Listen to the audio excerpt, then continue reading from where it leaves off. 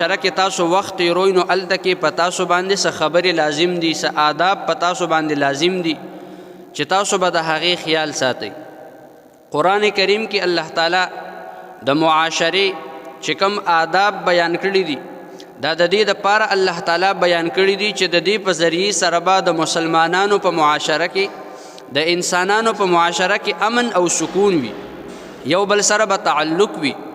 یو بل سره به مینه او محبت وي چې د هغې په وجه به دا مسلمانان متحد او متفق وي، د دوی په منځ کې به بغض او حسد نه وي، د دوی په منځ کې به جنګونه او جګړې نه وي. د دې دپاره الله تعالی دا آداب بیان کړي دي چې مسلمانان په دې باندې عمل وکړي چې د دوی د منځ نه هغه اختلافات، د دوی د منځ نه هغه بغضونه حسدونه هغه هر څه ختم شي او دوی داسې یو بل سره پاتې کیږي لکه څنګه چې په یو کور کې دوه وروڼه پاتې کیږي. الله تعالی فرمایي لومبنۍ خبره په تاسو باندې دا لازم ده چې یو انسان ته هم دا اجازت نشته چې بل انسان پورې ټوکې وکړي، هغه پورې مسخره وکړي، هغه چې کم کار کوي د هغه کار پورې ټوکې وکړي، هغه له چې الله تعالی کم بدن او جسم ورکړی دی چې په کومه طریقه د هغه جسم او بدن الله تعالی پیدا کړی دی، یو انسان ته هم دا اجازت نشته چې دی د هغه بدن او جسم پورې ټوکې وکړي. الله تعالی فرمایي لقد خلقنا الانسان فی احسن تقویم، هر یو انسان ما په یو بهترین شکل او صورت باندې پیدا کړی دی چې کوم یو کس بل کس پورې خاندي د هغه بدن او د هغه جسم پورې، د هغه چې کوم الله تعالی هغه له رنګ او صورت ورکړی دی هغه پسې خاندي. نو الله تعالی فرمایي چې دی زما په خلقت پسې خاندي. انسان له خدا جسم ما ورکړی دی، انسان ما پیدا کړی دی، دا شکل او صورت ورله ما ورکړی دی. په دې وجه چې کله یو انسان بل پورې خندا کوي مسخره کوي دی د الله تعالی خلقت پسې خاندي، د الله تعالی پیدایش پسې خاندي. نو لومبنۍ خبره په دې آیاتونو کې الله تعالی دا بیان کړې ده یو انسان ته هم دا اجازت نشته چې بل انسان پورې مسخره وکړي. دا خو الله تعالی ته پته ده چې کم یو انسان د الله تعالی په نسبت باندې ډېر محبوب دی. دا په دنیا کې چاته پته نشته، کیدای شي دا کم خلک چې د یو کس پسې مسخرې او ټوکې کوي دی د دې ټولو خلکو نه په درجه کې اوچت وي. دا خو الله تعالی ته پته ده. انسانانو ته د دې علم الله تعالی نه دی ورکړی. الله تعالی فرمایي چې دا علم صرف ما څخه دی، ما ته پته ده چې په تاسو کې د ټولو نه زیات عزتمن څوک دی او په تاسو کې د ټولو نه زیات بېعزته څوک دی. دا ما ته پته ده، انسانانو ته پته نشته. نو الله تعالی پابندي ولګوله چې یو انسان ته هم دا اجازت نشته چې بل انسان د هغه شکل او صورت، د هغه کار روزګار، د هغه د مال دولت چې کوم حیثیت دی، یو انسان ته هم دا اجازت نشته چې هغه پسې ټوکې وکړي او مسخرې وکړي او هغه پسې مذاق وکړي. بل حکم الله تعالی دا بیانوي چې تاسو په معاشره کې یو ځای پاتې کیږئ انسانان، نو یو کس ته هم دا اجازت نشته چې په بل چا باندې الزام ولګي، د بل چا په کار کې څه عیب راوباسي، د هغه په خبرو کې څه عیب راوباسي، دا چاته اجازت نشته. هر یو انسان کې څه کمزورۍ موجود وي. الله تعالی فرمایي چې تاسو د بل انسان کمزورۍ ته مه ګورئ، د بل انسان کمزورۍ ته او د هغه خامۍ ته مه ګورئ، په هغه کې چې کوم ښه صفات دي هغې ته وګورئ. او الله تعالی حکم کوي چې هر یو انسان د په خپلو خامو او په خپلو عیبونو باندې سوچ وکړي. چې کله په معاشره کې دا یو انداز پیدا شو چې هر یو انسان هغه خپل عیب ته ګوري او د بل ښه صفت ته ګوري، نو بیا به په معاشره کې امن او سکون وي. او چې کله په خلکو کې دا صفت او دا عادت پیدا شي چې خپلو صفاتو ته ګوري، خپلو خو خبرو ته ګوري او د بل انسان عیب ته ګوري، د بل انسان بدې خبرې هغه په هغه کې لټوي او خلکو ته بیانوي، په داسې معاشره کې بیا امن او سکون نه پیدا کیږي. نو الله تعالی فرمایي چې تاسو په یو بل باندې الزام مه لګوئ، تاسو په یو بل کې عیبونه مه راوباسئ، د یو بل بدو خبرو ته مه ګورئ. پیغمبر علیه السلام په روایت کې فرمایي چې چا په یو مسلمان کې یو کمزوري ولیده، په هغه کې یو خبره ولیده چې دی دا د ګناه کار کوي یا په ده کې دا څه کمزوري ده او ده په هغه مسلمان باندې پرده واچوله، هغه خبره ورله پټه کړه، هغې چاته بیان نه کړه، الله تعالی فرمایي د دکه انسان په بدو صفاتو او په بدو اعمالو به د قیامت پر ورځ زه پرده واچوم. سره د دې نه چې دی د محشر میدان ته راځي، د قیامت ته حاضریږي، د الله تعالی مخې ته د اعمالو جواب به ورکوي، د ده به ډېر بد اعمال وي، خو د دې صفت په وجه الله تعالی به د ده په هغه ټولو بدو اعمالو باندې پرده واچوي، هغه به الله تعالی پټ کړي او الله تعالی به ورته حکم وکړي چې ستا ټول بد عملي هغه ماته معلومه ده، خو په دنیا کې تا زما په یو بنده باندې پرده اچولې وه، د هغه یو کمزوري تا پټه کړې وه، پاغه کې تا یو ګناه لیدلی او تا هغه خلکو ته نو بیان کړی، په هغې د پردا چولې وه. نو نن تا سره ما دومره احسان وکړو چې ستا څومره بدعملی دي، څومره ګناهونه دي، هغه د ټولو خلکو نه ما پټ کړل او تا ته مې هغه معاف کړل او ته جنت ته داخل شه. پیغمبر علیه السلام فرمایي چې په یو مسلمان کې چا یو کمزوري ولیده او د هغې نه ناجایزه فایده واغسته، خلکو ته بیان کړه او خلکو کې هغه خبره مشهوره کړه، د قیامت پر ورځ به د دې انسان ټولې خبرې الله تعالی د ټول مخلوق مخې ته بیان کړي چې د په دنیا کې کومه بدعملي کړې ده، کم بد کرداري کړې ده، الله تعالی به د ټولو خلکو مخکې دی رسوا کوي او ټولو خلکو ته به بیانوي، ځکه چې د په دنیا کې د الله تعالی یو بنده، یو مسلمان په هغه کې یو کمزوري ولیده او هغې خلکو ته بیان کړه، هغې پټه نه کړه.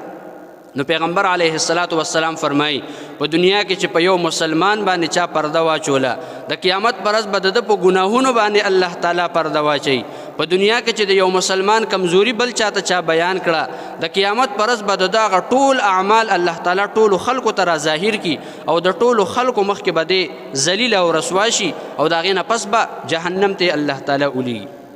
بل یو حکم الله تعالی بیانوي چې تاسو د یو مسلمان غیبت مه کوئ. غیبت مطلب دا دی چې دلته یو مسلمان موجود نه دی په دې مجلس کې او په هغه کې داسې یو خبره ده چې هغه صرف ما ته پته ده، بل چاته پته نشته او ما سره په دې مجلس کې نور خلک ناست دي، زه د هغه مسلمان هغه خبره دی ته بیان کوم. داسې یو خبره که چېرته هغه د دې نه خبر شو نه به په دې باندې خفه شي. پیغمبر علیه السلام په روایاتو کې هم الله تعالی په قرآن کریم کې هم په دې باندې پابندي ولګوله او د هغې دپاره یو مثال الله تعالی بیان کو چې په یو مجلس کې یو مسلمان موجود نه دی او د هغه خبرې کیږي. د دې مثال داسې دی، الله تعالی فرمایي چې یو کس هغه د خپل مسلمان مړ رور غوښې خوري. د هغې وجه دا ده چې کله یو کس په دې مجلس کې موجود نه دی نو د دې مثال داسې دی لکه مړ، ځکه چې که هغه په دې مجلس کې موجود و نو هغه به د خپلې خبرې صفایي کړې وه، د خپل طرف نه به هغه جواب ورکړو، خو هغه په دې مجلس کې موجود نه دی او د هغه خبرې کېږي نو د هغه مثال داسې دی لکه مړ. او چې د هغه خبرې کېږي د هغه دا خبرې په ژبه باندې راوستل داسې دي لکه د هغه د بدن غوښې خوړل. الله تعالی فرمایي ایحب احدکم ان یأکل لحم اخیه میتا فکرهتموه. آیا په تاسو کې داسې څوک شته چې هغه د خپل مسلمان مړ رور غوښې خوراک هغه خوښوي؟ الله تعالی فرمایي فکرهتموه، تاسو ټول دا بد ګڼئ، یعنی یو کس هم دا نه خوښوي. نو چې دا عمل تاسو ته خوښ نه دی نو بیا د دې عمل مثال چې په کم الله تعالی بیان کړی دی چې هغه غیبت دی. بل یو مسلمان پسې خبرې کول دي، په مجلس کې د هغه عیوب او د هغه نقصانات، د هغه کمزورۍ په مجلس کې خلکو ته بیانول دي، نو د هغې نه هم تاسو منې شئ. څنګه چې دا عمل تاسو ته ښه نه ښکاري، پکار دا دی چې دا غیبت دا هم تاسو ته بد ښکاري او د دې نه تاسو داسې ځان بچ کړئ لکه څنګه چې د یو مسلمان د غوښو نه انسان ځان بچ کړي. په روایاتو کې راځي پیغمبر علیه السلام فرمایي د پیغمبر علیه السلام عمل صحابه کرامو نقل کړی دی چې دوه مسلمانان د روژې په حالت کې هغه یو بل سره ولاړو خبرې کولې. پیغمبر علیه السلام په هغه دواړو باندې تیر شو او هغه دواړو ته خبره وکړه، وی تاسو په خپلو غاښونو کې ډکې ووهئ. هغه دواړه صحابه کرام مسلمانان حیران شو چې زمونږ خو روژه ده، مونږ خو غوښه نه ده خوړلې، مونږ خو خوراک نه ده کړی. پیغمبر علیه السلام ورته وفرمیل چې زه په تاسو باندې تیریدم نو تاسو د یو داسې کس تذکره او خبره شروع کړې وه چې هغه دلته موجود نه دی، هغه خپلې خبرې اورېدی نشي، نو د هغه خبرې کول داسې دي لکه چې تاسو د هغه غوښه خورئ.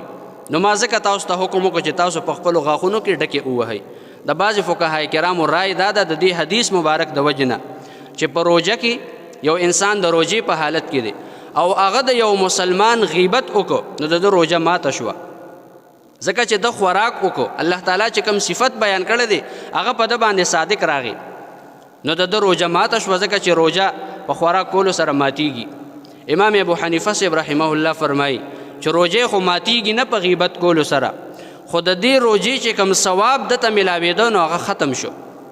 ماښامه پورې چې د خوراک ونه کو، فرض کومه روژه چې په ده باندې لازم و هغه وشوه، روژې ادا شوه، روژې ماته شوې نه ده، خو په دې باندې چې کوم ثواب او فضیلت دته میلاوېده هغه ختم شو، ځکه چې روژه الله تعالی د دې دپاره لازمه کړې ده، فرض کړې ده چې څنګه د الله په حکم سره تاسو خپلې خولې بندې کړئ، د خوراک نه د څښاک نه دقسې د بدن دا ټول اعضا د الله تعالی د نافرمانو نه بند کړئ. نو چې کله یو کس په ځان باندې دا پابندي نشي کولی چې هغه د الله تعالی د یو حکم د وجې نه د خپل بدن اعضا هغه نشي بندولی. پیغمبر علیه السلام فرمایي چې الله تعالی ته هیڅ ضرورت نشته ستاسو د دې روجې چې کله یو کس ګناهونه نشي پرېښودی. پیغمبر علیه السلام روایت کې فرمایي فلیس لله حاجة فی ان یدع طعامه و شرابه. ستاسو د خوراک په پرېښودو کې او د څښاک په پرېښودو کې الله ته هیڅ حاجت نشته.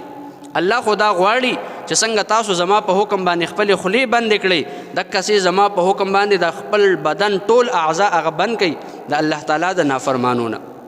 نو دا د مسلمانانو د معاشرې دپاره الله تعالی یو ادب بیان کړی دی چې مسلمانان کله په معاشره کې پاتې کیږي او هغوی دا غواړي چې زمونږ په دې محله کې زمونږ په دې معاشره کې د امن او سکون وي. د هغې دپاره دا حکم لازمي دی چې لا یغتب بعضکم بعضا. یو مسلمان ته دا اجازت نشته چې هغه به د بل یو مسلمان غیبت کوي د هغه خبرې به کوي د هغه په عدم موجودګۍ کې. دا جایز نه دي. او بل په دې آیت کریمه کې الله تعالی فرمایي چې تاسو یو بل په یو بل باندې بدګماني مه کوئ. چې کله په یو کس کې تا یو خبره فی الحقیقت لیدلې نه ده نو په هغه باندې بدګماني مه کو. په هغه باندې هسې داسې یو خبره چې ستا په تصور کې او ذهن کې راغلې ده هغه په هغه باندې مه راړو. الله تعالی فرمایي چې په یو مسلمان باندې بدګماني دا هم ګناه دی. بیا د هغې نه پس هغه ته هغه خبره بیانول چې په تا کې دا عیب دی دا خو د هغې نه هم سیوا غټ ګناه دی. هغې ته بهتان ویلی کېږي. په یو کس باندې بهتان لګول. خو چې کله په زړه کې ستا یو تصور پیدا شو چې په دې کس کې دا خبره موجود ده دا کمزوري پکې موجود ده او تا لیدلې نه ده الله تعالی فرمایي ان بعض الظن اثم. دا کم تصور او بدګماني چې ستا په زړه کې پیدا شوه دا هم ګناه دی. بیا د هغې اظهار کول په ژبه باندې بیا خلکو ته هغه بیانول دا خو د هغې نه غټ ګناه دی. صرف ستا په زړه کې چې دا تصور پیدا شو الله تعالی فرمایي چې دا هم ګناه دی. اوس الله تعالی دا آداب قرآن کریم کې مسلمانانو ته د دې دپاره بیان کړي دي چې مسلمانان کله یو بل سره په معاشره کې پاتې کیږي د دې یو بل سره مینه او محبت وي دا به اله ممکن وي لکه څنګه چې پیغمبر علیه السلام په خپل وخت کې په صحابه کرامو باندې پابندي لګولې وه چې د صحابه کرامو معاشره قیامت پورې د ټولو انسانانو دپاره یو نمونه ده چې هغه خلک چې هغوی به د بل مسلمان د بل رور د هغه قتل ته د هغه وینو ته به تیار ناستو. هغه خلک چې کله پیغمبر علیه السلام 23 کاله په هغوی باندې محنت وکړو یو داسې معاشره جوړه شوه چې بیا د بهر نه به خلک راتلل مدینې منورې ته د صحابه کرامو منځ کې هغه مینه او محبت به یې ولیدو. د صحابه کرامو په معاشره کې چې کم امن او سکون او عدل او انصاف هغه به یې ولیدو نو هغوی به دا تمنا کوله چې کاش زمونږ په معاشرو کې هم داسې امن او سکون پیدا شي. یو غټ مستشرک تیر شوی دی. مستشرک هغه کس ته ویل کېږي چې هغه غیر مسلم خو د پیغمبر علیه السلام په سنت د قرآن کریم په آیاتونو باندې هغه تحقیق کوي. هغه ټول عمر د اسلام خلاف کتابونه لیکلي دي. په آخر وخت کې چې کله وفات کېدو او مړېدو نو دا خبرې لیکلې ده وی که چېرته د ټولې دنیا انسانان یو ځای ته راجمع شي چې په هغې کې د هر مذهب خلک وي په هغې کې مسلمانان هندوان یهودیان عیسایان مشرکین نجومیان دا هر قسمه خلک په هغې کې راجمع شي او دا ټول خلک دا غواړي چې سره زمونږ د دې عقیدو د اختلاف نه مونږ په دې یو ځای کې په امن او سکون سره ژوند تیر کړو. نو هغه دا خبره لیکلې ده چې د دې دپاره لازمي ده چې په هغه قانون او په هغه شریعت باندې عمل وکړي چې کوم د مسلمانانو پیغمبر په 23 کاله کې د اسمان نه ځمکې ته راکوز کړی دی. که هغه شریعت باندې دی عمل وکړو نو سره د دې نه چې په دې معاشره کې به هر مذهب والا خلک موجودي خو د دې په منځ کې به مینه او محبت وي اتحاد او اتفاق وي. او د هغې وجه څه ده په مدینه منوره کې ټول خلک مسلمانان نو. په مدینه منوره کې یهودیان هم پاتې کېدل په مدینه منوره کې منافقین هم پاتې کېدل بت پرست خلک هم پاتې کېدل خو د مدینې منورې ریاست د پیغمبر علیه السلام په مشرۍ کې یو داسې ریاست و چې د ټولو خپل منځ کې ربط او تعلق او مینه او محبت و.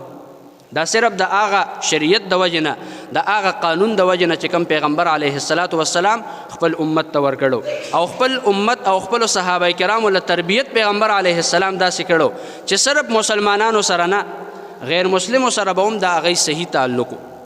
پیغمبر علیه السلام له الله تعالی چې کوم وصف ورکړی دی رحمت للعالمین. هغې کې د مسلمانانو خصوصیت نشته چې دا صرف د مسلمانانو دپاره رحمت دی، د نورو خلکو دپاره نه دی. عالمین نه مسلمانان، یهودیان، عیسایان دا ټول تینا مراد دي، او پیغمبر علیه السلام د دې ټولو دپاره رحمت دی. د دې ټولو دپاره پیغمبر علیه السلام رحمت ځکه دی چې مسلمانانو ته د یهودیانو حقوق هم پیغمبر علیه السلام خولی دي، او پیغمبر علیه السلام خپلو صحابه کرامو ته دا حکم پرېښودی دی که تاسو سره یو غیر مسلم هم پاتې کیږي، تاسو د هغه په عقیدې باندې سوچ مه کوئ چې دی غیر مسلمه دی، دی الله نه مني، قرآن نه مني. که چېرته هغه ته څه ضرورت وي، هغه ته د خوراک ضرورت وي او د هغه د خوراک ضرورت نه پوره کیږي او د لوږې د وجې نه هغه مړ شو، د مسلمانانو په معاشره کې مړ شو، یو غیر مسلمه، یو یهودي، عیسائی، پیغمبر علیه السلام خپلو ملګرو ته حکم کوي چې د هغه تپوس به هم تاسو نه کیږي، د هغه د عقیدې تپوس به تاسو نه کیږي چې دی د دنیا نه ولې کافر راغلی دی، د کلمه ولې نه ده ویلې، د دې تپوس به الله تعالی نه کوي. کلمه ویل، ایمان راړل، دا خو د هر یو کس خپله خوښه ده، په دې کې الله تعالی هر چا له اختیار ورکړی دی، او پیغمبر علیه السلام ته هم الله تعالی حکم کړی دی چې ته په کافرانو باندې زور او زبردستی مکو په ایمان راړو کې، ته خپل دعوت وچلو چې څوک ستا خبره مني هغه به مسلمانان شي، او چې څوک نه مني نو د هغوی خپل نقصان دی. الله تعالی فرمایي چې تر قیامته پورې به دا ټول خلک موجودي، مسلمانان به هم وي، کافران به هم وي، هر عقیدې واله به. نو د چا په عقیده باندې تاسو سوچ او فکر مه کوئ چې یاره که دی مسلمان شو نو ډیره ښه خبره ده، او که مسلمان نشي یو کس نو زموږ نه به د هغې تپوس نه کېږي، دا د هغه خپل کار دی. خو پیغمبر علیه السلام فرمایي که دکه د مسلمانانو په معاشره کې یو کس هغه ته دنیوي څه حاجت او ضرورت و، هغه ته د خوراک ضرورت و، او د مسلمانانو په معاشره کې د ده هغه حاجت نه برابرېده او د لوږې د وجې نه دی مړ شو، نو تپوس به د دکه مسلمانانو نه الله تعالی کوي. او د پیغمبر علیه السلام د دې فرمان د وجې نه حضرت عمر فاروق رضی الله تعالی عنه چې کله خلیفه شو، امیر المؤمنین شو، په 22 لاک مربع میل باندې د حضرت عمر فاروق رضی الله تعالی عنه حکومت.